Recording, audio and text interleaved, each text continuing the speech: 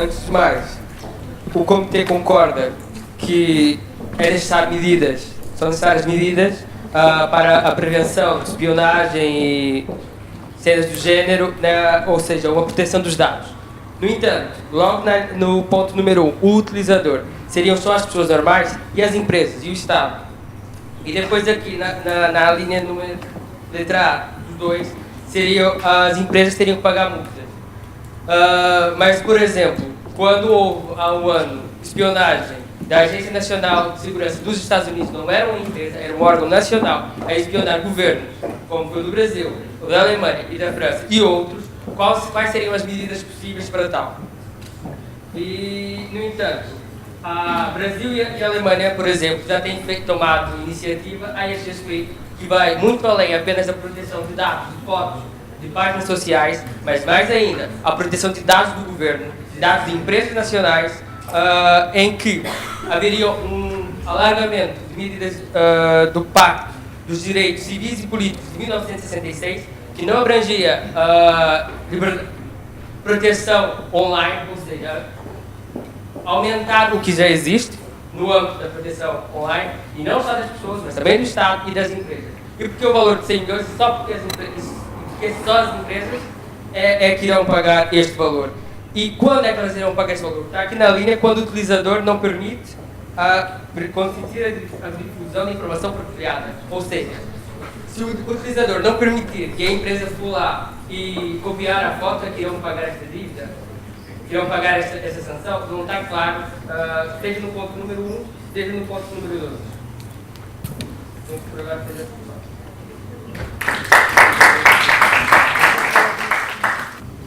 a Portanto, acreditamos que as sanções monetárias não são o suficiente e não vão ter o grande impacto porque as grandes multinacionais não são afetadas com o pagamento destes valores. Portanto, nós defendemos que a melhor forma de combater este problema é através de proibições de comercialização e são precisas sanções mais fortes. Muito obrigada. Vamos dar início ao debate. Há feitos não reconhecidos.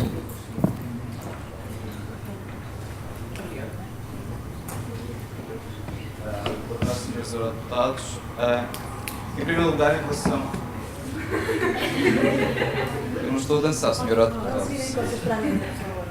Em primeiro lugar, em relação à primeira cláusula, a critério é que nos estamos a invocar em relação às sanções de 100 milhões de euros ou 5%. Qual é o critério usado para a definição de uma alternativa ou outra? Em relação à segunda cláusula, é engraçado como são as empresas que são prejudicadas, ou seja, é desresponsabilizado o ator do ato criminoso, supostamente. Isto, claro, numa análise das redes sociais. Além disso, das próprias redes sociais, que têm como objetivo a partilha de informação, este comitê tenta criminalizar esse objetivo. Portanto, apesar disso, a defesa dos utilizadores deve surgir, sim, por parte da proteção da honra e da sua imagem, evitando assim a descontextualização da forma como é partilhada essa informação. Em último lugar, a fiscalização preventiva, que vocês envolvem também, indica uma intervenção já excessiva por parte do Estado. Ou seja, o Estado vai ter que prever o acontecimento antes dele de facto ocorrer para aplicar as sanções.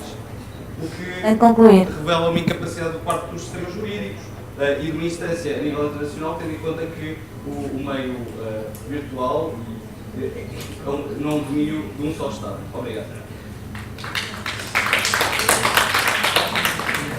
Reconhecidos.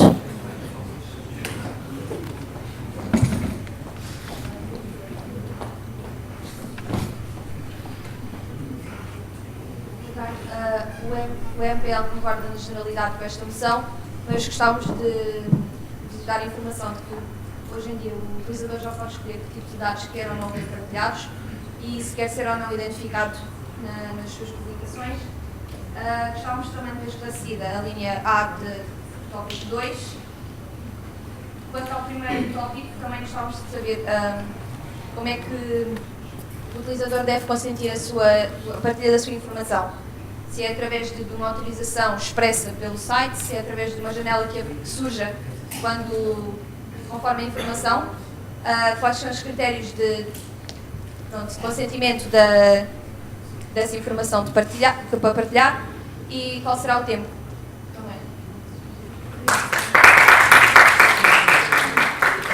Livros estão reconhecidos. Gostaria de primeiro responder ao Zé, se não me engano, em relação a isso. No caso, os utilizadores seriam todos pode ser estados, todos os que usem as redes sociais ou o meio virtual. Em relação à questão do culto, 100 milhões para as transnacionais não seriam muito, mas talvez 5% do lucro global anual, aí eu acho que já seria muito. Porque aquelas empresas que têm lucros astronômicos, 5% seriam muito. Eu acho que essas empresas que gostam de ter lucro não queriam ter ainda menos. Em relação aqui, esclarecendo mais também uma dúvida do Deb sobre a espionagem dos outros estados. Eu acho que o senhor eurodeputado sabe que a União Europeia também espia outros estados e faz o mesmo. A única questão que está acontecendo nos Estados Unidos foi que veio ao público. E isso os outros estados, os outros governos, só usaram isso para conseguirem que os seus direitos sejam válidos. E em relação ao... Tem que concluir. Ok, depois nas próximas histórias. Obrigado.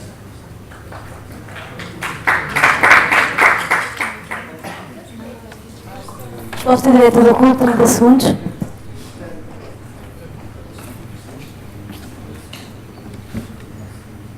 Bem, falou o senhor eurodeputado do IBE que 100 milhões não são suficientes, talvez 5% possa ser.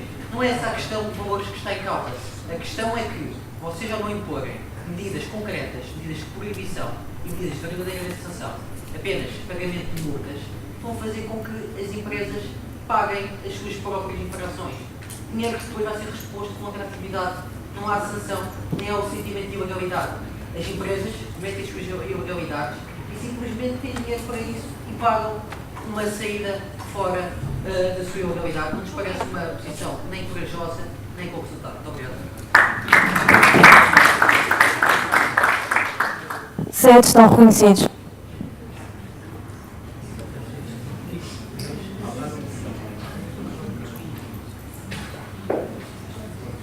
A SED apoia esta moção, pois defende os princípios consagrados na Carta dos Direitos Fundamentais da União Europeia. Será através destas medidas que estes mesmos direitos serão salvaguardados.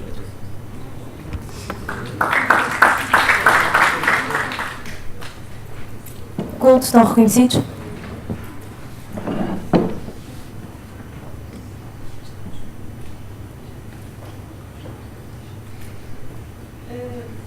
O Comitê da Cultura e da Educação, de certa forma, concorda com o que foi dito há pouco pela do EMPLA, que as pessoas hoje em dia acabam por podem decidir se realmente querem expor a informação delas nas redes sociais ou não. Claro que há certas exposições de informação que não é bem assim, porque Ordem na sala, por favor. como falaram em termos das identificações nas redes sociais, nós aí não podemos consentir. É isso que o Comitê das Liberdades e Direitos deseja, mas nós não percebemos muito bem como é que isto vai ser feito, como é que elas vão poder consentir e como é que, por exemplo, uma criança ou um jovem que tem acesso a uma rede social tem consciência de consentir ou não com esta difusão de informação. Para além disso, queríamos saber para onde é que vai ser utilizado, o que é que vai ser feito com com o pagamento das multas, o dinheiro que advém para que é que esse dinheiro vai ser utilizado.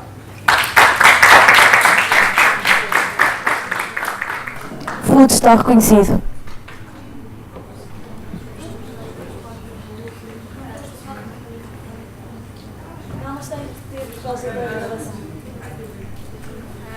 Em primeiro lugar, eu gostaria que me fosse esclarecido qual é a entidade que teria legitimidade para sancionar as empresas. Em segundo lugar, eu gostaria de apresentar uma proposta em relação ao projeto. Gostaria que fosse possível também acrescentar a limitação do acesso à informação das redes sociais e a defesa da propriedade intelectual.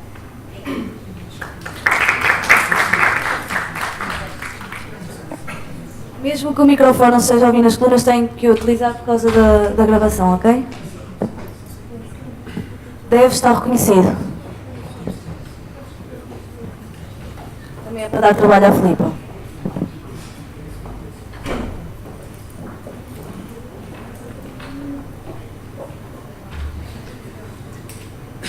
Como o meu colega já referiu anteriormente no ponto 1 e no ponto 2, não é explícito ser utilizador normal em empresas ou Estado. Mas o colega já referiu que seria em euros. Eu agora pergunto, se for um utilizador normal, como é que vai pagar 100 milhões de euros ou 5% relativamente ao volume de negócios? Como não há valor mínimo, e se houvesse qual eram os valores estipulados para isso, visto que não há aqui nada que diga quais são os critérios de avaliação. Mas, contudo, o pagamento desse dinheiro iria para onde? Para os Estados onde ocorreu esse crime ou ia para a União Europeia?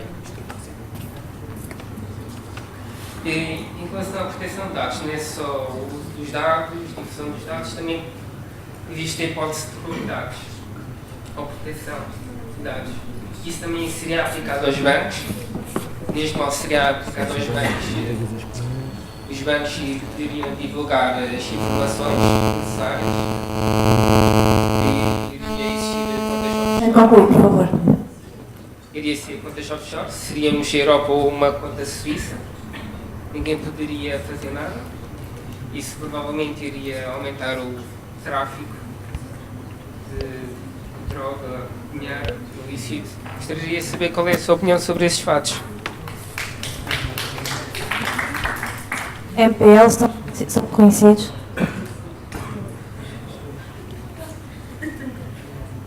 Volto a citar que o nosso comitê está de acordo com a moção apresentada, mas, no entanto, devido à natureza diversa das organizações que violam a natureza particular de dados, perguntamos se não poderia existir outro tipo de sanções, uma vez que se evidente que a economia da zona euro não nos podemos dar ao luxo de afugentar investimento da atividade económica e empresarial. Mas, no entanto, saudamos esta moção. Fontes estão reconhecidos.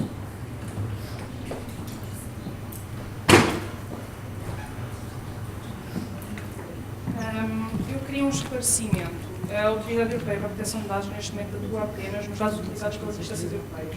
Portanto, aquilo que vocês pretendem é um alargamento desta autoridade para as empresas.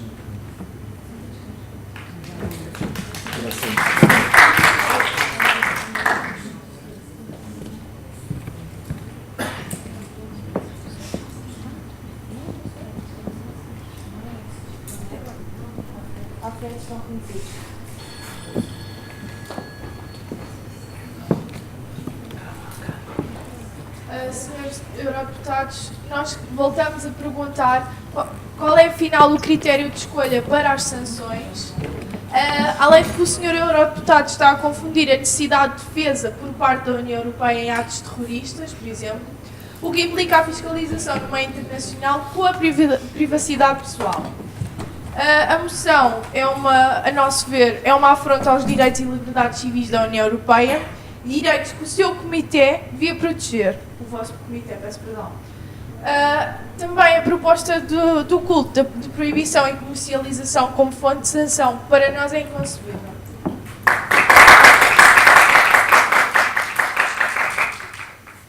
Livros estão reconhecidos. Vou agora apenas responder algumas perguntas que não tive tempo de responder nas intervenções. Em relação às identificações e estados, supostamente a gente tem a escolha de não querer ter alguém identificado, mas isso já aconteceu comigo, que eu não queria ter alguém identificado. O que aconteceu foi, no caso, era no Facebook, enviou uma mensagem para outra pessoa a dizer que eu não queria ter alguém identificado, mas eu só permaneceria se fosse a escolha da outra pessoa. Se a outra pessoa quisesse continuação, eu continuava. Então é isso que nós queremos combater. Se a pessoa não quer ficar ali, ela que tem esse direito logo, não é a outra que identificou. Em relação de como será e quanto tempo será essas escolhas, serão regras mínimas que todas as redes sociais terão que ter, e será uma opção de escolha, a pessoa sempre vai poder mudar, terá que ser algo fácil. E em relação a essas sanções e multas, é para as empresas que têm as redes sociais e não para os utilizadores. E se cada vez que a rede social não cumprir com essa legislação, quando o utilizador colocou lá que não queria que usasse a sua informação, essa empresa será sancionada por cada vez. Eu acho que, por exemplo, se acontecer isso 10 vezes, uma empresa vai ter que pagar 1 bilhão. Então, eu não acho que isso seja algo que a empresa quer. Muito obrigado. Certos estão reconhecidos.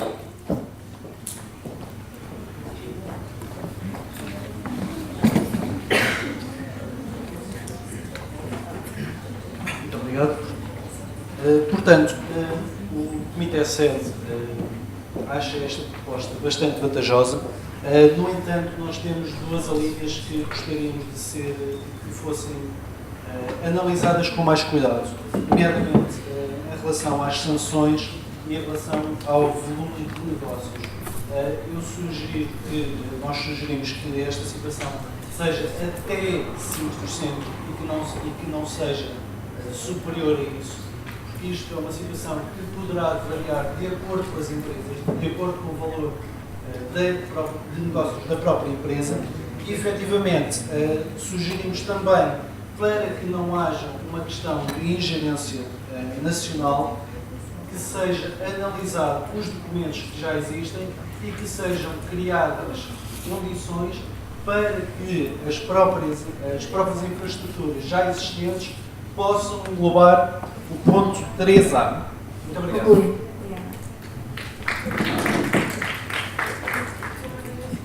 Quais estão reconhecidos?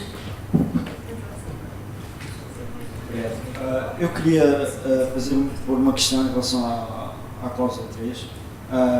Não se percebe bem quem é que tem a autoridade aqui, se é o Tribunal de cada país ou o Tribunal Europeu. Queria uma clarificação em relação a isso. E também não explicaram como é que este departamento iria funcionar ou como é que iria ser constituído. E ainda não responderam à questão da minha colega em relação ao dinheiro, aos 100 milhões, falam aqui, ou aos 5%. Para onde é que este dinheiro vai? Vai para as pessoas que estiveram na ação judicial, ou vai para os Estados, ou vai para a Europa? Para quem é que vai? Obrigado.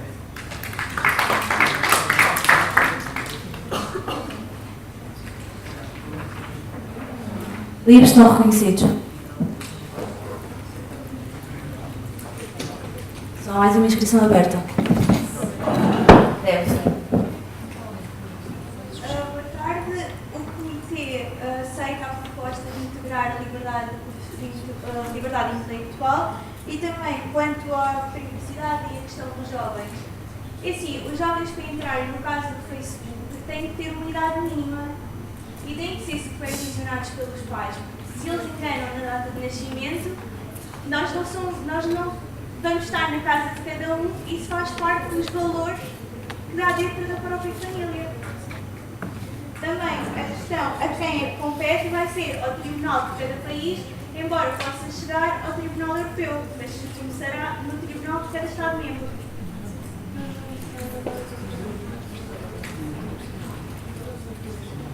Vamos agora ter uma resposta direta do AFED, 30 segundos. No entanto, o Comitê não quer estar na casa de toda a gente. Mas, no entanto, com esta moção, basicamente é o que querem fazer, querem controlar o que as pessoas estão a fazer nas suas próprias casas. Por isso é que nós não damos esta moção.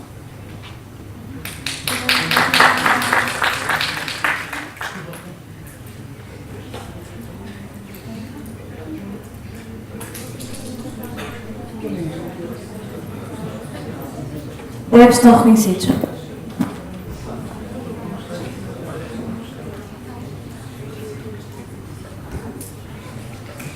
Boa tarde mais uma vez. Já queríamos, este comitê queria sublinhar o acordo com o preâmbulo em si da moção, mas relativamente às cláusulas não estamos de acordo.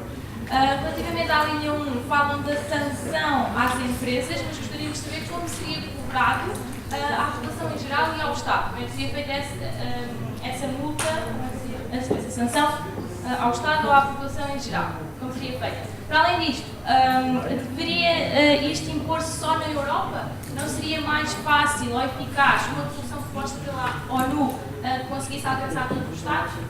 Obrigada.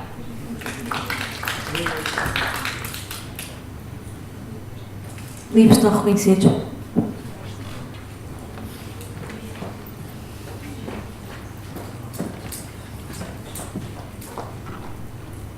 Vou tentar responder a várias perguntas que foram feitas, a começar aqui no AFET. Os direitos não estão a ser violados, bem pelo contrário, estão a ser protegidos. O efeito aqui com esta moção é para a proteção desses dados, evitar que sejam violados por outrem. Os Estados apenas terão o direito, às empresas, o direito de controlar essa informação, não saber o que é essa informação, mas tentar não haver culturas por parte de outrem nessas informações, e aqui não há controle. Digo outra vez. Aqui as sanções para todos os outros comitês, as sanções aqui são apenas diretivas. Como sabem, isto agora fora daqui, a União Europeia apenas faz diretivas. Os Estados em si é que irão fazer as leis e as sanções segundo o que se passa no seu território, ou como souberem fazer melhor na sua área de intervenção. E aqui, ali a responder ao público, o Tribunal que irá ter esse dever de julgar é o Tribunal Nacional. Caso não consiga ou não tenha poder para tal, irá passar para instâncias superiores, podendo chegar ou não à União. Resposta direta do MPL. 30 segundos. O nosso comitê tem só uma dúvida. Então, isso no caso de ser o próprio Estado a violar o direito de privacidade, quem é que vai fiscalizar e aplicar a sanção? O Estado vai autossancionar-se? Nós não compreendemos um bom esclarecimento.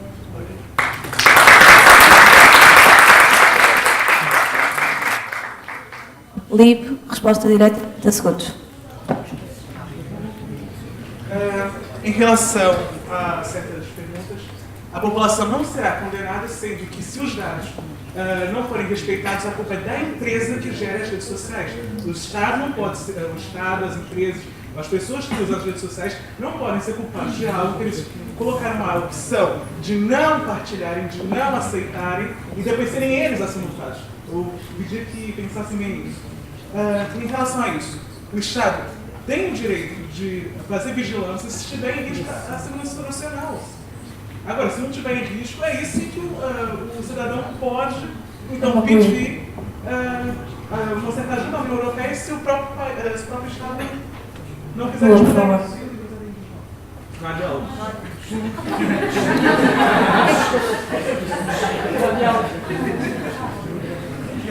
Deve, resposta direta, 30 segundos.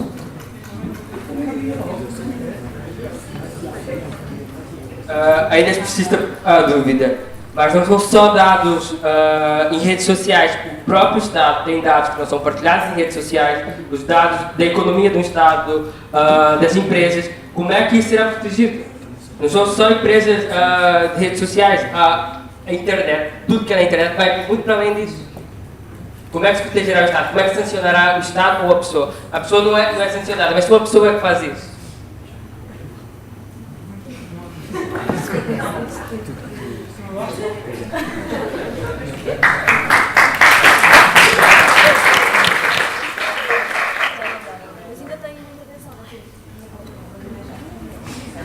Certo, estão reconhecidos.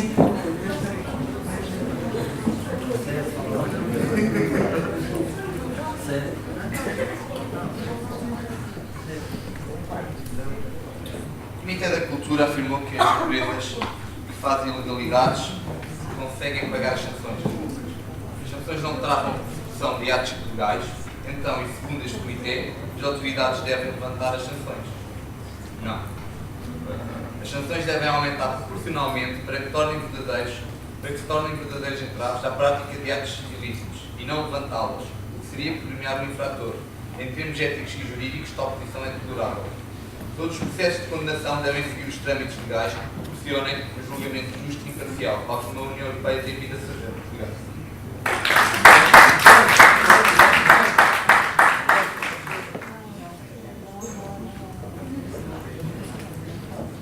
Livros estão reconhecidos.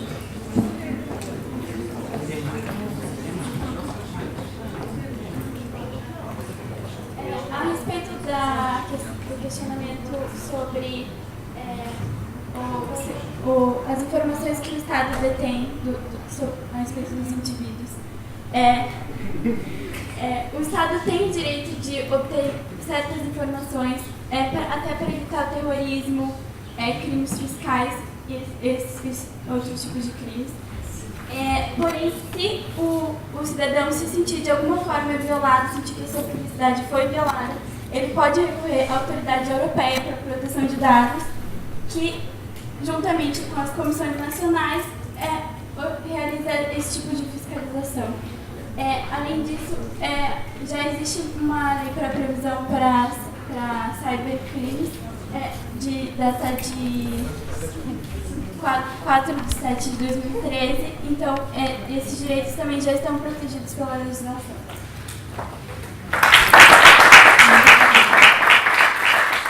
Todos estão reconhecidos.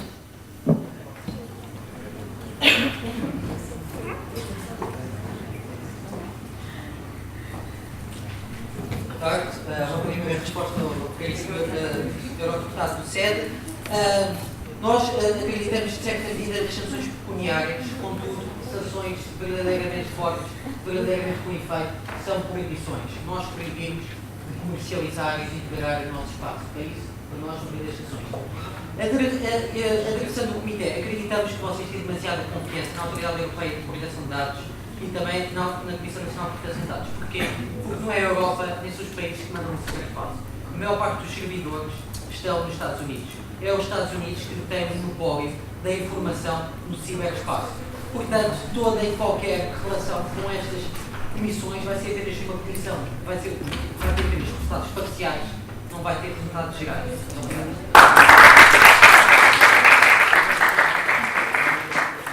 Resposta direta para você, 30 segundos estão reconhecidos. Se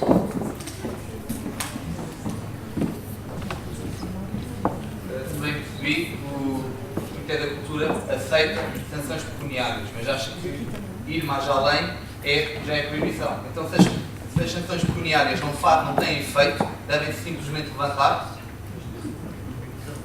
Proibição? Acha que é proibição? Ok, então uma empresa de Facebook ganha bilhões, impõe sanções pecuniárias de 100 milhões, acha que já é uma proibição? Não? Então qual é o valor? Já gostaria de saber qual é o valor.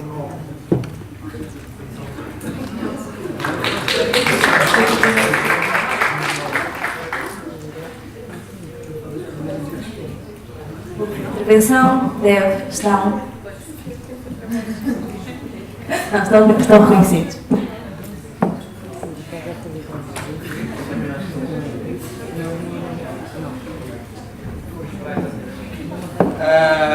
Sendo as empresas, quase todas, das redes sociais não são europeias, são quase todas americanas, como é que um organismo a nível europeu conseguirá impor sanções neste âmbito?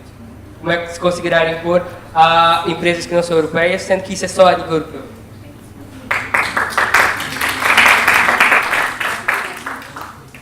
Podemos então passar à sum up speech, por favor. Excelentíssimos eurodeputados dos variados comitês, a Comissão das Liberdades Cívicas, da Justiça e dos Assuntos Internos, LIBE, vem propor soluções e sensibilizar vossas excelências para a problemática que tem sido uma relevância brutal, especialmente nesta época de grande avanço tecnológico e globalizada, que é o direito à privacidade de dados pessoais. Nunca antes teve tanto acesso e tão rápido à informação como atualmente. Nunca antes nos confrontámos com o possível perigo, pelo menos de uma forma consciente. Silêncio na sala, por favor. Da invasão da nossa privacidade e vida pessoal. Nunca antes um simples clique podia mudar a nossa vida e os nossos bens, quer materiais, quer imateriais. Mas a verdade é que hoje em dia, com apenas um clique e alguns conhecimentos informáticos, não só se pode mudar e violar os nossos direitos à privacidade, como também arruinar política, económica e financeiramente um país. A LIBE acredita que, apesar destes facilitismos proporcionados pela modernidade, é possível termos uma Europa ligada, coesa, com livre circulação de pessoas e bens e também capaz de assegurar a segurança e a privacidade dos seus cidadãos. E lembrando que as empresas que operam na União Europeia têm que cumprir a lei da União Europeia. Europeia. Obrigado por acreditarem no meu nome.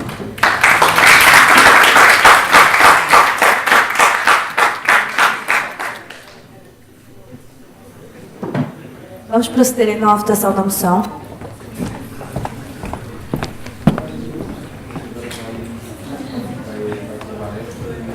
Afete? 4 votos contra. Voto. 4 abstenções.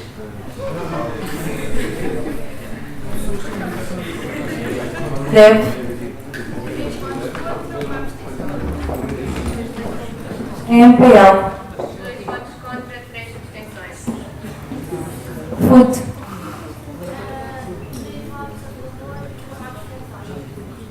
LIBE. 7.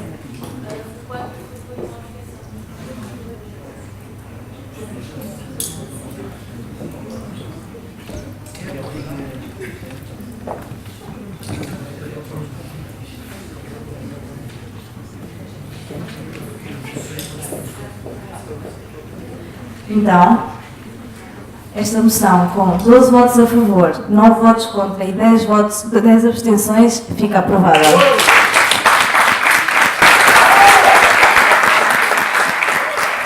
Boa tarde a todos, mais uma vez.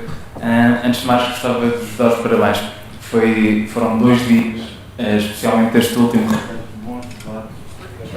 Olá! E boas moções também. E foi um dia bastante aprazível, digamos. Bem, gostava de dar boas-vindas aqui à mesa à doutora Mariana França Gouveia, representação da Fundação Francisco Manuel dos Santos, também à professora doutora Teresa Almeida e Silva, que também apadrinhou esta iniciativa desde o princípio, ao qual agradecemos, e também ao professor António Pinto Pereira, que também é nosso padrinho, já nos ajudou bastante em outros workshops e muito mais, e também sem Paulo não estaríamos aqui hoje. Para começarmos, vou dar a palavra aqui ao professor António Pinto Pereira para nos falar um pouco sobre a Europa e as eleições europeias. Obrigado.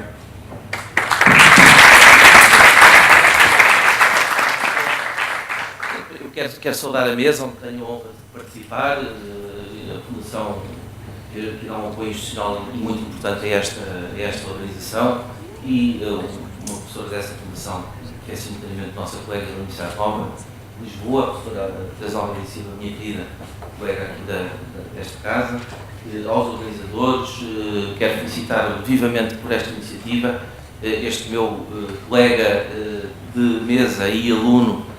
Tem sido a grande cabeça, grande ideólogo da projeção desta Sociedade de Barros, que tem tido uma iniciativa extraordinária. Eu julgo que neste momento será o núcleo mais ativo desta casa, porque diz feito às coisas que tem feito com grande visibilidade. Acho admirável o trabalho que exercem, porque é um trabalho, especialmente para os alunos de relações internacionais, acho muito importante. Eu tenho alunos que são muito bons alunos e não sabem falar, não se sabem escrever, não sabem organizar ideias, o que acho que é uma coisa que depois vai fazer falta ao longo da vida. E acho admirável como é que se constrói, tira-se um tema ao ar e de repente agora uns têm que ser a favor, outros têm que ser contra. Eu não era capaz na vida de defender uma coisa em que não acreditasse. Por isso acho verdadeiramente admirável conseguirem arranjar argumentos que não têm para poder utilizar e ganhar o diálogo do discurso para convencerem determinadas ideias. Portanto, o que está subjacente, a lógica subjacente a esta sociedade, acho que é muito importante. Acho que é muito importante, tem atraído, enfim, o meio académico no país e no estrangeiro, e acho que devo felicitá-los e incentivá-los a manterem este tipo de iniciativas, mesmo que agora tenham um grupo de alunos muito mais ativo, que são finalistas e vão necessariamente abandonar a casa. Espero que mantenham aqui o contacto e que sejam substituídos por outros igualmente melhores. Dependendo para falar sobre um tema, enfim, que é da minha área de formação académica, desde há mais de 20 anos, que é a Europa. Embora me aperceba desde há mais de 20 anos, ninguém quer saber da Europa, de parte nenhuma, nem no mundo dos juristas, nem no mundo dos professores universitários, nem no mundo dos alunos. Nós vivemos de costas voltadas para a Europa. E ainda hoje dizia isto numa visita que realizei esta tarde ao chefe de Estado-Maior da Armada, um almirante que é um cavalheiro, um homem notável dos mares, e eu dizia exatamente isso: nós vivemos de costas voltadas para o mar. Os portugueses vivem de costas voltadas para o mar. Como vivemos simultaneamente de costas voltadas para a Europa, a questão que se coloca é onde é que nós estamos apontados, qual é o nosso rumo, se é que temos algum rumo.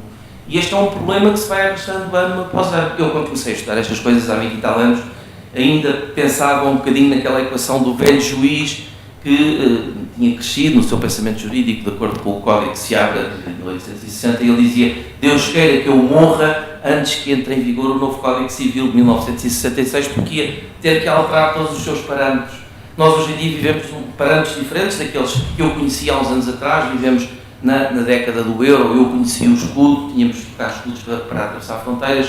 Eu sou do tempo em que se ouvia dizer que ia aparecer daí, no final do ano, uma coisa nova, que era o mercado interno, em 1992. No dia 1 de janeiro eu estava a olhar pela janela da minha casa a ver onde é que andava o mercado interno a pairar. Em 1922 tinha começado, há uma coisa diferente tinha que surgir no ar. Eu não vi aparecer nenhuma embarcação grande, não vi nada de especial, e vivi vários momentos muito interessantes que tiveram a ver com o aprofundamento da Europa que nós hoje conhecemos, da passagem das comunidades europeias à União Europeia, da passagem da integração económica à integração política. Nós vivemos numa organização crucial no mundo, mas é uma organização que está em descrédito, não existe ali dentro. Um exemplo muito concreto: aqui há uns 5 anos atrás ia passar um fim de semana ou uma semana aqui a Marrocos, tenho praias muito simpáticas, é um destino muito aprazível, e eles, enfim, ficavam encantados com euros, não queriam dólares, e hoje não querem euros, querem dólares, porque o euro já não tem expressão. Desde que aconteceu estas coisas das dívidas soberanas, um bocadinho inflacionadas pelas empresas de rating norte-americanas, vinham fazer classificações dos lixos tóxicos às soberanias europeias, desde essa altura que o euro deixou de ter a supremacia que tinha, mesmo em relação ao dólar. A Europa está em crise, numa crise acima de tudo de afirmação. Mas eu muitas vezes tenho equacionado isto, desde que começo a estudar estas coisas. Eu fiz uma opção no último ano de Direito, quando tinha todos os meus colegas a irem para Direito da Segurança Social. Conto sempre esta história porque acho que ela lapidar. Eu havia uma professora muito simpática que dava 16 a todas as pessoas. Toda a gente tinha 16, não havia nem mais nem menos. E era uma cadeira que não serviria para muito, mas era boa para dourar o currículo no final do ano, e portanto no último ano todos iam para Direito da Segurança Social. Havia uma cadeira nova de opção que se chamava Direito Comunitário. Diziam que era dada por uma professora que era uma pessoa muito difícil intelectualmente, que a matéria era intragável, todos chumbavam. E eu disse: olha, vou para esta. E foi uma opção que traçou no fundo a minha vida desde essa altura. Mas também desde essa altura estou à espera que a Europa acabe. E depois fui estudando, fazendo pós-graduações, mestrados, doutoramento, e digo sempre à espera que a Europa acabe. Tenho mais de 20 livros escritos sobre a Europa acabe, à espera que a Europa acabe. E digo assim, vejo-me um bocadinho na pele de amigos meus, grandes académicos, pessoas que intelectualmente eu admiro muito, o António Vasconcelos de Saldanha, que é um especialista sobre direito internacional aplicável em Macau. Mas em Macau, de repente, é entregue aos chineses, e digo assim: qual é o interesse de saber qual é um especialista sobre o direito aplicável em Macau? Quer dizer, é um interesse puramente histórico. Eu digo assim: um dia mais tarde poderei ser confrontado com um pedido para falar sobre a Europa que eu estudei durante uns anos e que, entretanto, acabou, e vivo neste dilema constante. E a Europa não acabou. A Europa, desde que eu continuo a estudar, existe. Nós aderimos à Europa em 86, passámos a ter autoestradas, passámos a ter vias rápidas. Eu sou do tempo em que ia para o Algarve numa estrada horrível, com curvas e contracurvas atrás dos autocarros e dos caminhões. Às vezes tinha que passar por uma serra, que é uma coisa horrível, que é a Serra do Caldeirão, que é assim, se chama no Algarve. E hoje em dia tenho uma autoestrada que cruzo em 2 horas, estou no Algarve. Tivemos mudanças muito significativas na nossa vida, fruto da nossa entrada nesta organização. Eu sou do tempo em que ia para um país estrangeiro fazer férias e perguntava: onde é Portugal? É em Espanha? Não, não é em Espanha, é ao lado de Espanha. Era como o teu país é ao lado daquele outro país. E aquilo ainda vai: sim, pois conhecia-se Portugal porque era o Eusébio, porque era o Figo, nessa altura era o Figo, hoje porque é o Ronaldo. Mas apesar de tudo, nós não éramos conhecidos internacionalmente. E nós, desde que aderimos às comunidades europeias, primeiro à União, hoje passámos a ter uma afirmação internacional. Portugal é um dos 28 países da União. É tão importante como a Espanha, ou a França, ou a Itália, do ponto de vista da sua integração nesta grande empresa europeia. E passámos a ter alguma projeção. Tanta projeção que o Presidente da Comissão Europeia é português e tem nos fóruns internacionais o destaque próprio que arrasta consigo a nacionalidade. Portanto, passámos a fazer parte de uma organização muito importante que vive momentos de turbulência, mas esses momentos de turbulência, digo eu, são o fruto da sua consistência. Se fosse uma organização cristalizada no tempo, com 20 séculos, ou solidificada, onde nada se pudesse fazer, eu tinha receio que ela se partisse, por ser demasiadamente forte. Mas a fragilidade desta organização, julgo, tenho dito isto várias vezes em diversos contextos, julgo que é a receita do seu sucesso. Quer dizer, vive tensões permanentes. As tensões dos países grandes com os países pequenos, dos países novos com os países antigos, mais ricos com os mais pobres, a Alemanha do Norte com a Espanha e Portugal do Sul. E estas tensões permanentes têm gerado o segredo, porque se vive num ténue equilíbrio, é um fio de uma navalha muito frágil, que pode partir em qualquer momento, e é precisamente por causa dessa fragilidade que esta organização se mantém e vai dando grandes passos, grandes pequenos passos, vai recuando para depois ganhar fogo e vai avançando. Eu recordo, vou usar um exemplo concreto, o mercado comum europeu, que iria ser iniciado em 1957, devia estar acabado em 12 anos, em 4 fases de 3 anos cada, em 1969. Em 1969 não havia mercado comum europeu.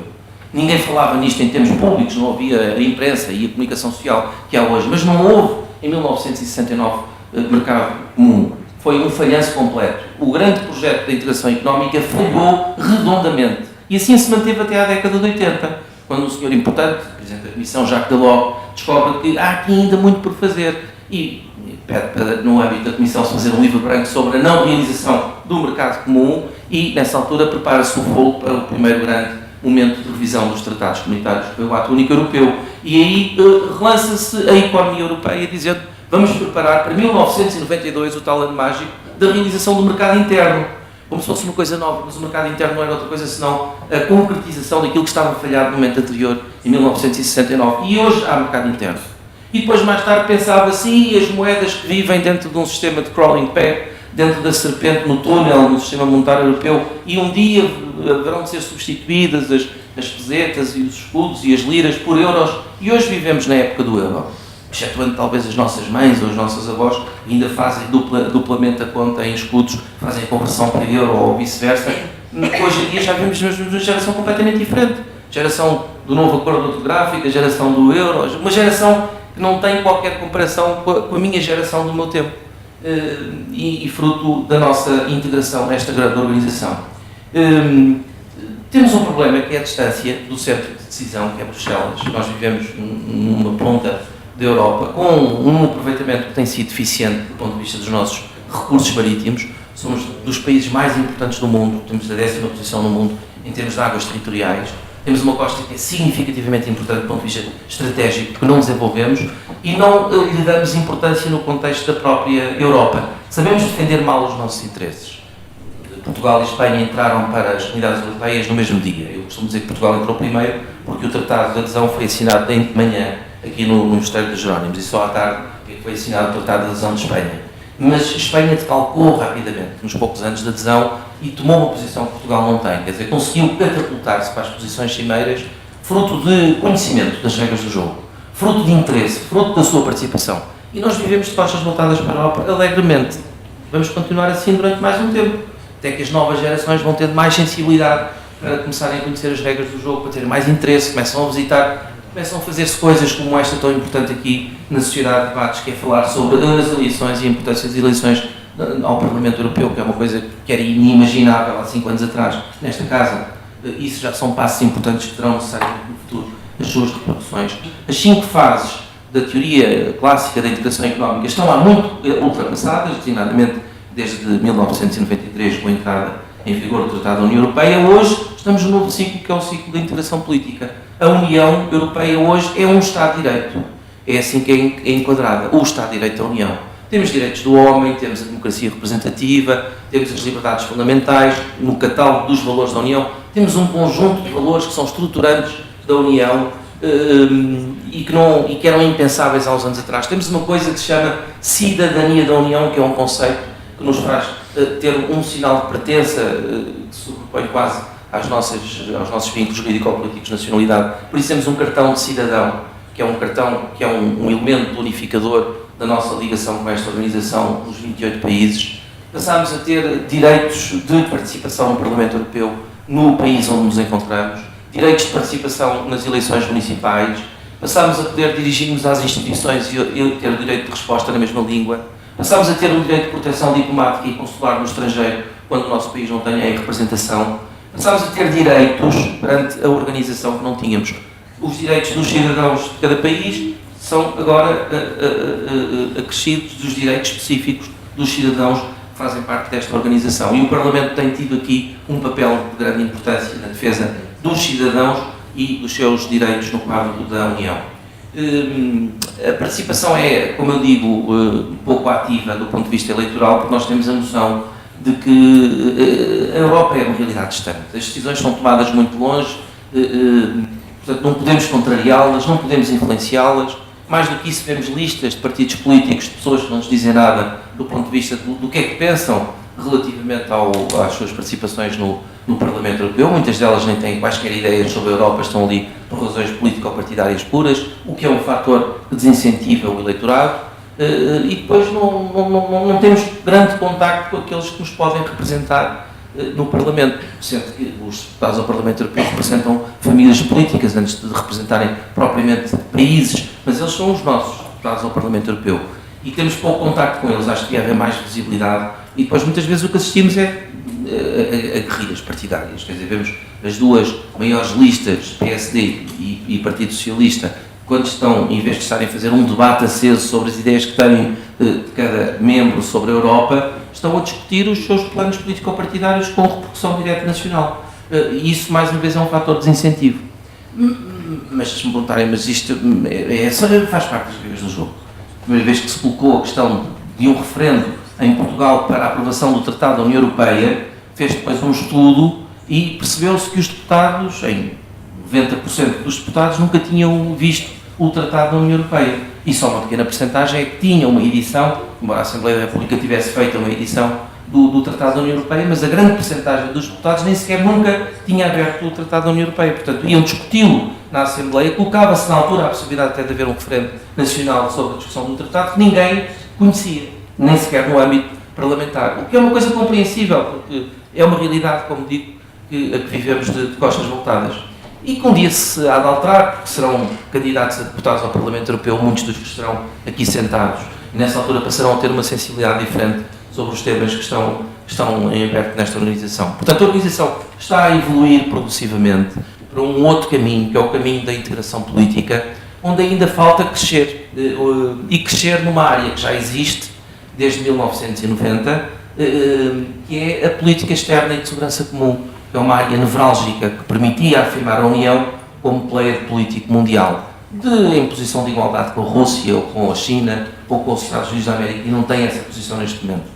Isto é uma coisa tão curiosa, do ponto de vista histórico, quanto esta ideia que nos deixo. A política externa de segurança comum percebeu-se que devia existir no quadro da União, porque houve uma invasão do Kuwait por parte do Iraque. Os Estados Unidos pediram autorização às Nações Unidas para invadirem legitimamente o Iraque, para reporem a 19ª província anexada pelo Iraque, que era o Kuwait, que é uma zona muito importante no Médio Oriente por causa do petróleo, e nessa altura percebeu-se que a Europa não tinha uma voz ativa no domínio da política externa. Criou-se a política externa, no princípio da década de 90. Em 1992 passámos a ter a PESC, Política Externa de Segurança Comum. 10 anos depois, ainda não tinha a PESC sido ativada, porque ainda não passou de uma política de cooperação internacional, não foi integrada nos tratados, não é ainda uma política da União verdadeiramente, no sentido das políticas que nós conhecemos no quadro da União, porque não está integrada, não faz parte dos esquemas de decisão e de controle da legalidade existentes nesta organização. Escapa sequer ao crivo do controle do próprio Tribunal de Justiça. Não é uma política integrada, é uma política de cooperação internacional, ou seja, é um tertium genus, está na antecâmara da integração, mas não está ainda integrada. E 10 anos depois da primeira invasão do Iraque, os Estados Unidos descobrem que há armas de destruição maciça e querem fazer uma segunda invasão no Iraque. Já tínhamos, há 10 anos atrás, política externa de segurança comum. Seria a primeira vez que nós podíamos ativá-la. E nessa altura tivemos um primeiro-ministro, que era presidente do Conselho de Ministros da União Europeia e presidente do Conselho Europeu, que organizou, de resto, uma cimeira de emergência nas Lajes, que reuniu o presidente dos Estados Unidos e o primeiro-ministro britânico, e o primeiro-ministro britânico a apoiar os Estados Unidos, sem que a Europa tivesse tido a oportunidade de se pronunciar no âmbito da pesca. Portanto, a pesca existe, mas não existe. Tivemos recentemente um problema que continua a decorrer, que tem a ver com a Ucrânia, em que nós vemos uma discussão de um lado do mundo ao outro, que é a Rússia e os Estados Unidos, a passarmos por cima, sem termos uma posição, sem termos a possibilidade de nos pronunciarmos sobre uma questão que nos afeta, porque a Ucrânia é um país que tem um tratado de adesão, que está em vias de entrada para a União. Portanto, é-nos quase que um parceiro em igualdade de circunstâncias e não temos a capacidade de afirmação. Sem embargo disso, temos 10 missões civis e 5 missões militares das mais importantes espalhadas pelo mundo. Por exemplo, a Somália, onde se está a fazer diariamente um combate à pirataria, é uma missão nevrálgica da União Europeia desde 2000. Nós, 200 milhões de euros são gastos todos os anos do orçamento da União para assegurarmos a paz no mundo e termos missões ativas, quer em matéria civil, quer em matéria militar. Por exemplo, a China, que é uma realidade asiática distante da União Europeia, mas que é um parceiro estratégico do ponto de vista económico, teve aqui um acordo com a União muito interessante, que foi a União pedir à China que tivesse mais atenção sobre a matéria dos direitos do homem e que alterasse a sua Constituição antiga da década de 70 e fez uma Constituição em 82, onde passou a ter um respeito pelos direitos do homem equivalente a qualquer carta constitucional que nós encontramos no quadro de qualquer Estado-membro da União, de um país de matriz ocidental, e em contrapartida a China passa formalmente a respeitar os direitos fundamentais, assemelha-se à cultura civilizacional de matriz ocidental, é apoiada pela União e a União permite a entrada da China na Organização Mundial de Comércio e torna-se um dos países mais importantes do ponto de vista da importação e da exportação de mercadorias em todo o mundo. Portanto, estamos a falar de interesses que a União Europeia tem na China ou tem na Somália. Eu digo assim, no fundo, nós temos que dar mais possibilidade de atuação à União como ator político. E aí passamos a ser uma organização respeitada. Passamos a ser ouvidos pela Rússia, pelos Estados Unidos. Passamos a ser um ator no sentido económico já existe, mas para além disso um ator político e um ator militar. Porque amanhã podemos evoluir e devemos evoluir, como está previsto no quadro da PESC, de uma política comum de defesa para uma política de defesa comum. Porque os Estados-membros da União não se podem degladiar uns aos outros. Por isso faz sentido, em vez de termos 28 exércitos, muitas vezes inoperacionais, ou forças armadas como a nossa, onde não temos dinheiro para fazer descolar os nossos F-16 e os nossos pilotos são afetados porque não têm capacidade de produção ou porque nos falta dinheiro para comprar o chip para o software no sistema de armamento de bordo. Passamos a ter mais eficácia, menos despesas e mais operacionalidade no que diz respeito aos nossos meios militares. Muitas vezes teremos aqui uma pequena conflitualidade entre a União e a NATO, porque os países da União são países da NATO e a União da NATO continuará a querer ter uma posição de supremacia. A Comunidade Europeia de Defesa nasceu em 86 no âmbito do Ato Único Europeu e não teve repercussão. A União da Europa Ocidental foi criada no âmbito da União Europeia para ter resposta à NATO e não conseguiu crescer. Portanto, é a própria União neste momento que se tem de dotar de armamento para poder ser um ator militar, também no contexto mundial. Portanto, nós temos condições de crescimento. Nestas condições de crescimento, mantendo cada Estado a sua soberania, como existe neste momento, nós somos reféns da organização, mas do ponto de vista formal continuamos a ser entes soberanos na ordem internacional, porque temos total capacidade para celebrar tratados com o Brasil, enviar uma missão diplomática para Abu Dhabi. Como há nos aviões, muitas vezes temos que apertar o cinto, vemos ali um momento de alguma turbulência, chegamos ao destino com segurança e julgo que, no caso da União, não tenho dúvidas, embora tenha sempre este pensamento que me vai cruzando, será que isto vai acabar amanhã? Mas também o Asterix e o Obelix viviam sempre à espera que o mundo caísse no dia seguinte e nunca caiu. Portanto, é esta a esperança que eu tenho nesta organização e nesta Europa. Muito obrigado.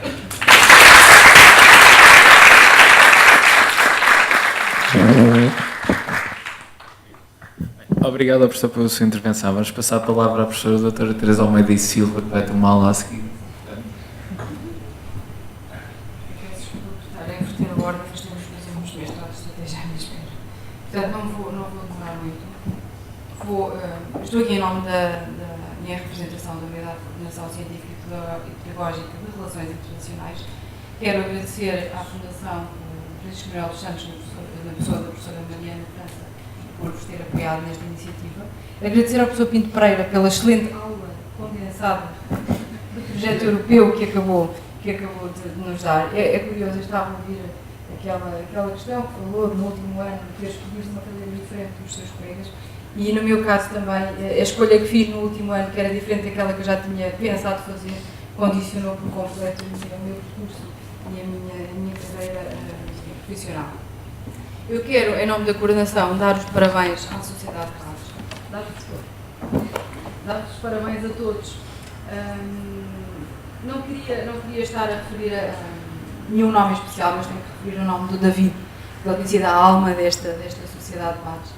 É também muito interessante ver que os temas que vocês vão debatendo, apesar de tradicionalmente os associarmos às relações internacionais e à ciência política, é muito bom e gratificante ver que há colegas de outras áreas, nomeadamente da administração pública, pelo menos aquelas caras que eu conheço da administração pública, que também fazem parte da sociedade de Bates, e portanto é bom ver que vão acolhendo outras áreas que acabam por ser complementares às duas áreas anteriores. Quero-vos dar os parabéns pela organização, pelo sucesso destas vossas iniciativas e pelo timing deste debate, uma vez que as eleições europeias são já no final do mês, e dizer-vos que a coordenação estará sempre disponível para vos ajudar em tudo o que pudermos, que estiver ao nosso alcance nestas e noutras iniciativas. E é curioso, porque eu também estava a dizer nas viagens ao estrangeiro que normalmente só falavam do Eusébio, do Figo. Eu, uma das vezes que estive na Tunísia, já há alguns anos, houve um tunisino que me falou do Figo, falou-me da Amália e falou-me do Mário Soares. Já, pelo menos, o nome de um político português ele conhecia. Portanto, mais uma vez, os meus parabéns. Eu vou ter mesmo que sair, portanto, os alunos à espera. Já estou ligeiramente atrasada e espero continuar a encontrar-vos nas vossas próximas iniciativas. Obrigada.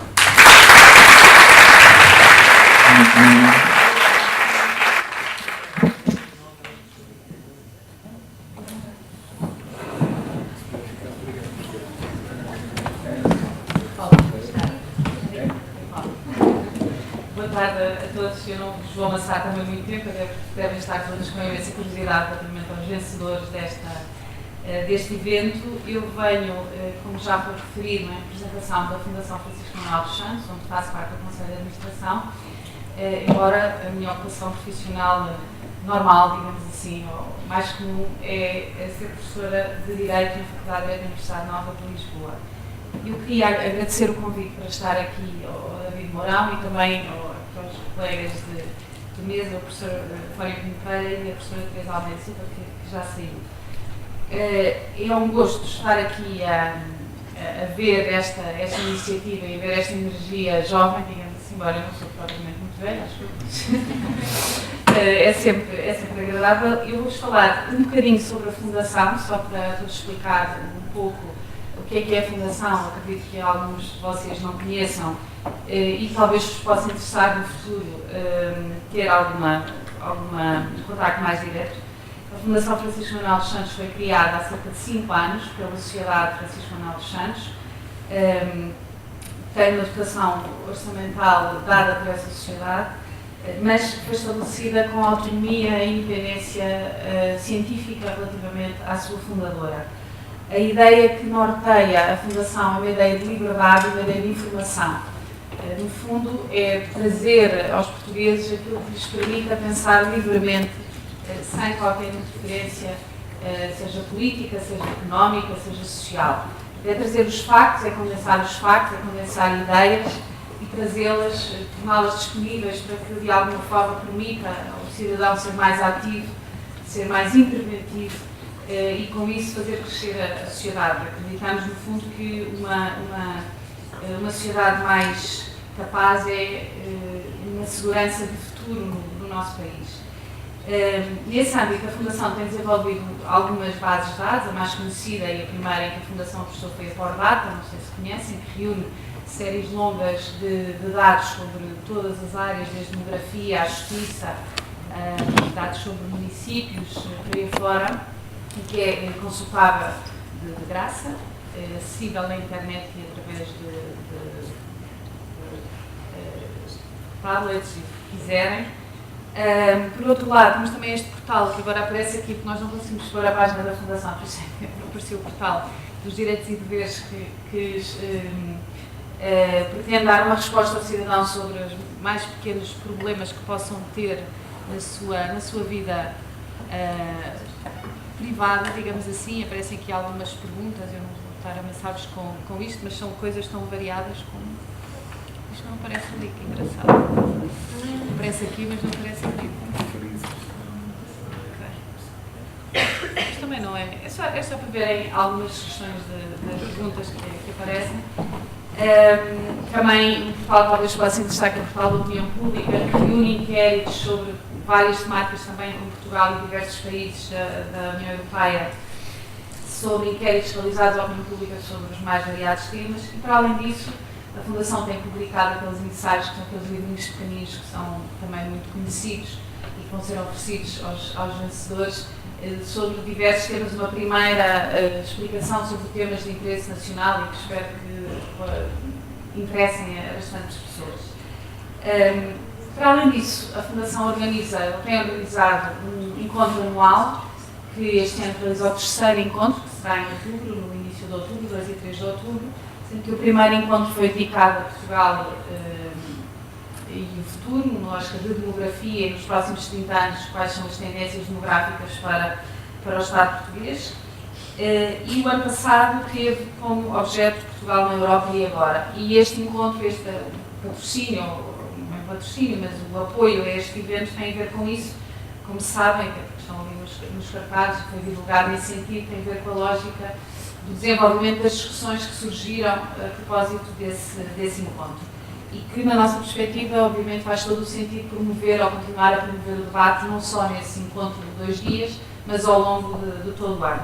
O encontro deste ano, que já agora vos deixo o convite para participarem, será sobre o tema da liberdade, nas suas várias perspectivas, quer sociais, filosóficas, por aí fora. Muito obrigada, professora, por falarmos.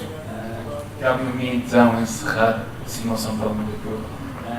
Em nome da Sociedade de Batis Sul-Lisboa, ou seja, a nossa Sulzinha, agradecemos aos nossos convidados o seu contributo e agradecemos, antes de mais, e principalmente a todos vós pela vossa participação e pelo interesse. Ou seja, em que provaram exatamente aquilo que eu referi na sessão de abertura, que é que os jovens têm valor e que o futuro está bem entregue. Vocês provaram isso nestes 2 dias, com moções de grande nível, debates de grande nível, a debater temas que se calhar deveriam ser mais debatidos por pessoas talvez mais como vocês. Agora, também uma coisa que eu acho muito importante referir, ou seja, convido-vos também a ir, foi aqui citado que nós somos talvez o núcleo aqui do ICTS com mais atividade. Nós orgulhamos disso e queremos continuar isso e convido-vos a irem à nossa página do Facebook, continuarem a estar atualizados do que nós fazemos, depois iremos continuar neste caminho. Também foi aqui dito, isto aqui é o principal que nós fazemos. Olá! Foi aqui dito que o principal que nós fazemos é o debate e o debate para nós. Olá! E o debate para nós é algo muito mais abrangente do que debates semanais. O debate para nós é muito mais do que um British Parliamentary e o debate para nós é muito mais do que um debate competitivo. E é organizar simulações como estas, debates abertos, sem qualquer resultados, etc. É com isto que nós nos diferenciamos e é esse caminho que queremos seguir. Nós não nos limitamos apenas ao British Parliamentary, fazemos muito mais pelo debate, porque o debate também faz muito mais por nós. Por fim, foi aqui dito que eu sou a alma desta sociedade e eu não concordo com isto. A alma desta sociedade são todas as pessoas que trabalharam nisto durante meses, todos e cada um de vocês. E muito obrigado à organização. Acho que fizemos aqui um evento que podemos estar bastante orgulhosos. Obrigado.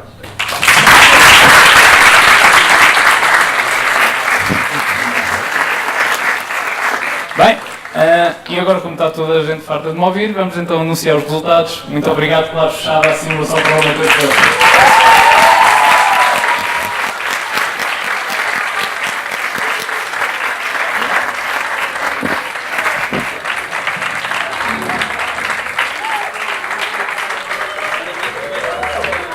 Sem mais demoras, tendo em conta que algumas penalizações tiveram de ser tidas em conta,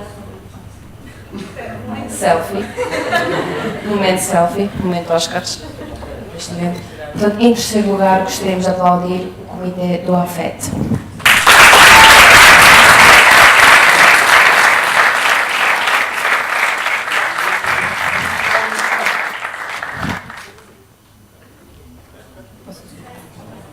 Em segundo lugar, o Comitê do MPLE.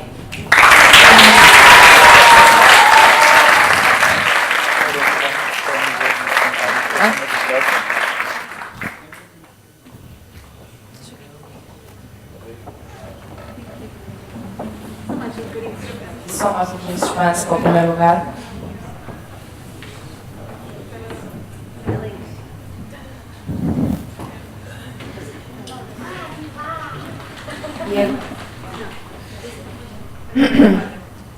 E, em primeiro lugar, o comitê.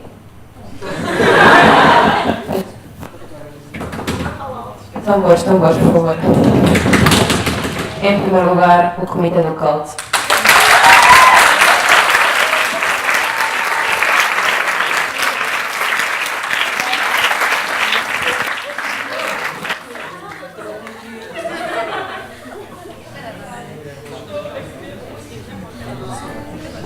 Prosseguimos já então para os prémios de melhor orador. Em terceiro lugar, uma lady, Maria Martins.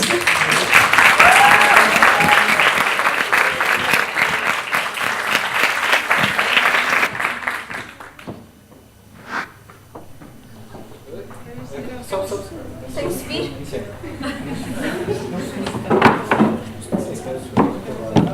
Em segundo lugar, já não precisa de se levantar, o Ricardo.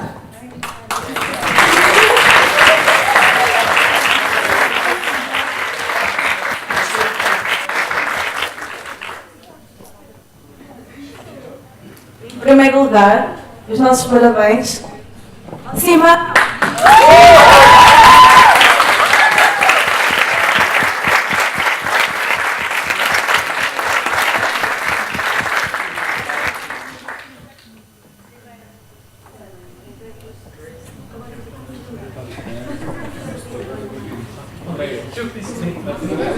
Então, agora tem uma surpresa para mim também, aparentemente.